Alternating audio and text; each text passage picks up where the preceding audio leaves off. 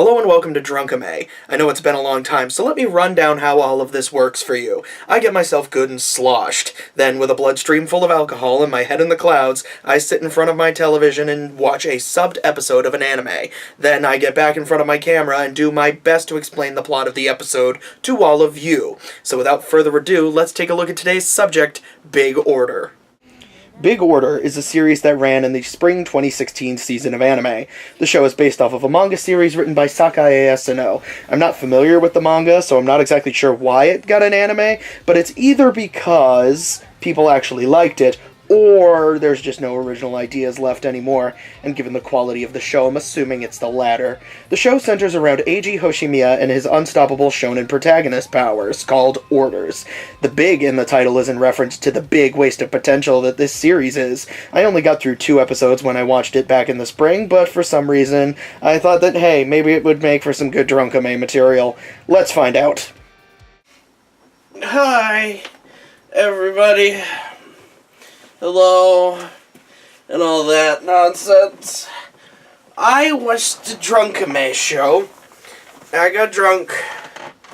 Ooh, I feel it when you don't feel the drunk up here and you feel it right here.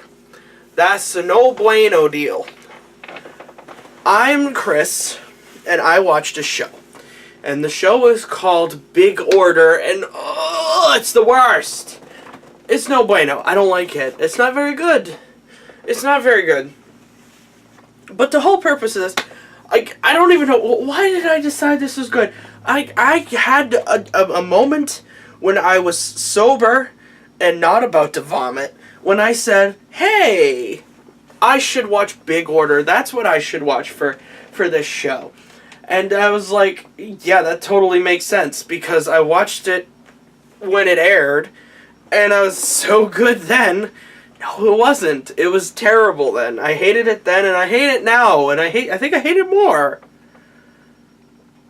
So it's about Big Order. Just a dumb title. What's a Big Order for? It's like, the only thing I want is a big order of French fries.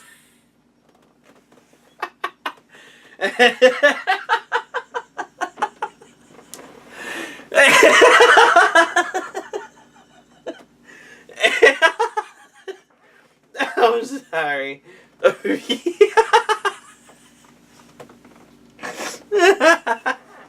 Fuck me. Oh my god. Fuck. Alright. So Big Order is about a kid, because anime is always about kids.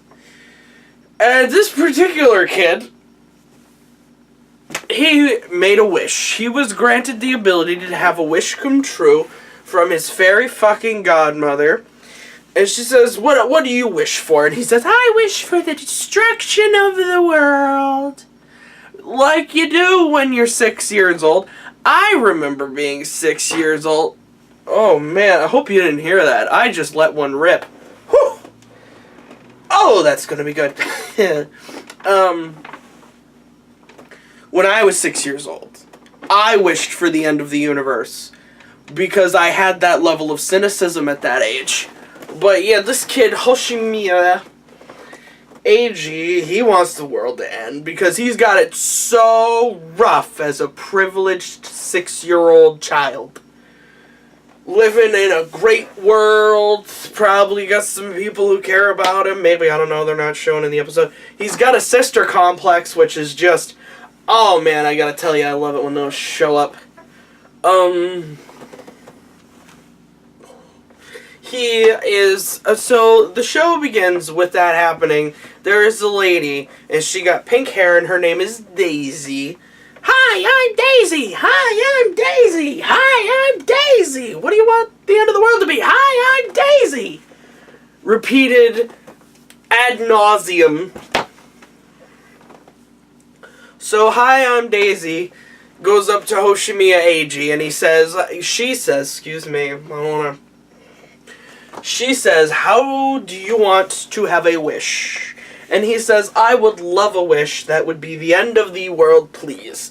And she says, yeah, like, no questions asked. Like, she's just like, well, fuck, yeah. Like, there's no interpretation that needs to go into that. Clearly, he meant what he said. Let's destroy the world. But she fucked up, because she didn't destroy the world. She just killed, like, a bunch of people. That's not the same thing. I've never understood that in media. Whenever there's an apocalypse, there's always people who survive. I'm sorry, but if the world ends, everyone's dead. According to the rules that I've just made up. So, there's really nothing really happens in big order, because it's terrible. But, so the lady is like, alright, you wanted the world to die, then fine, fuck you. And so they show this really lame fucking death montage where a bunch of people get fucking killed. And they get killed in the most ludicrous of ways. Like, they show this one person, she gets her fucking top half of her head chopped off, so she's got half a head, and she's laying on the ground like, you know, only, you just imagine, like, ooh, she's like that. And then she disintegrates, like, she bubbles up and disintegrates into nothing, and I'm just like, why? Don't know. So that's what happens because this little kid was like, I'm sure in his fucking specifics he said, listen here, hi, I'm Daisy. You better make sure that when you end this world, there's people, they die in horrible ways. Like, I want this one specific lady to get half of her face chopped off, and then I want her to disintegrate into nothing, and then while you're at it, why don't you burn her too? You can burn the remains. Just unnecessary. So anyway, he's going to school because, of course, after the world's end, you still gotta make sure you get them fucking credits, right? You know, you can't pass without them, so yeah, make sure you gotta go to school. And apparently the kids are just fucking, they're all on their cell phones like, hey, by the way, Hoshimiya Eiji, what a weirdo cunt he is, right? And he's in the class like, of course, he's in the third row, the first row from the back, sitting next to the window like, I'm the main character. And they'll talk about, like, he's weird. Why is he here? And he's just like, I want to go home.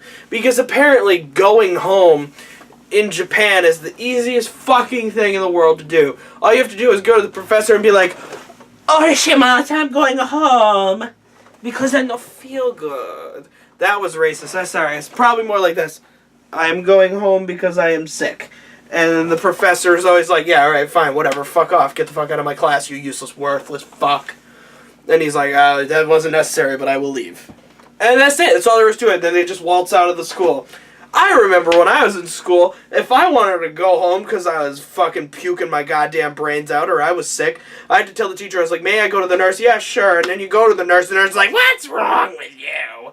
And be like, I'm puking my goddamn brains out. And she's just like, well, let me take your temperature. No, you're only running a 102. That's not that bad. Can you hold a pencil? If you can do this, and you're fine. No, I'm not fine. I feel if I go back to class, I'll puke on the teacher's mouth. Let me call your father. And then I get to go home, maybe. If somebody found it within their heart to be like, yeah, whatever, I'll come and get you. Because you can't walk home.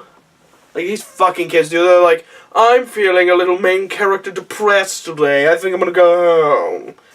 Aight, you do you, bruh. Get the fuck out.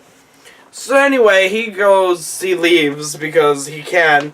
When that's when he starts explaining, he's like, yeah, I ended the world. I don't really feel too bad about it, though. And he goes to his apartment because every kid affords an apartment. I can't afford an apartment, but fucking Hoshimiya Eiji, Destroyer of Worlds, can, you fucking douche. And then he gets, oh, wait a minute, I almost forgot. There was a transfer student because every anime that takes place in a school has to have the transfer student. And her name is Kurin Irene. And she comes in like, oh, hello, everybody. She doesn't say that. She's like, I hope you're all nice to me. Mm-hmm. And everybody's like, whoa, she's so fucking hot. A bunch of losers. So he goes home because the transfer student day is too much for him. He goes home and he's getting into his apartment, and what would you know, the transfer student shows up. It's like, hi, Hoshimiya-kun-chan-san. I can't get into my apartment. I lost my key. Will you help whittle old me? And Hoshimiya's compelled by his fucking dick. And he's just like, well, I want to stick it in you really bad, so yeah, I guess I'll fucking help you with whatever problems you have. And so he goes to her house like a fucking idiot, because she's clearly she's so goddamn suspicious, like, with everything she says. She's like, hi, my name is Irene. Help me, please. I can't get into my apartment. And he's just a worthless doof, and he's just like, yeah, I'll do it, whatever. So he attempts to let her in, and she's like, haha, just kidding. It's like, that's an actual line of dialogue, by the way. I ain't even making that shit up. She just goes, just kidding, and she fucking tases his stupid ass. And she's like, I know you destroyed the world, you bitch. Even though you can't tell because everything looks peachy keen, you're paying for an apartment, we go to school, the world seems to be doing fine. We say it's been destroyed, but yeah, maybe it hasn't. So she gets in, and then she stabs him. She's got him knocked out. It's like, you killed my mom and dad with your dumb wish for the end of the world, and they were dead. They're the only two people who did die. And I blame you, and I want revenge. So she stabs him in the hand, and he's just like, this is his reaction. Ah! Like, you know, if I got stabbed in the hand, I'd be fucking screaming. Oh my god. I've cut my finger, and I needed to be in traction. This kid gets stabbed right through the hand, and he's just like, ah! And then he does some fucking, he uses the force, and she gets stabbed with her own fucking sword, because she has a sword. And she gets, and then he starts running away going, and then he wraps up his wounds with the bandages that he acquired somewhere. And he goes to the hospital because, like I said before, he's got a little sister complex, right? Because it's like, I would do anything for little sister Chan, and little sister Chan is currently in the hospital with an unbeknownst to me. I don't know what disease she has, but she has a something, and it is keeping her in the hospital. So she's going there, and he goes there because he assumes that he's got to be there. And then I forget the rest. It's the most recent part I saw, but I don't care because it was bad. It sucks, okay? The show is terrible. Curry and Irene's like, why would you stab me? Who fucking cares? It's a terrible show. There's nobody in the world who is 6 or under to be like, yeah, I wish for the end of the world.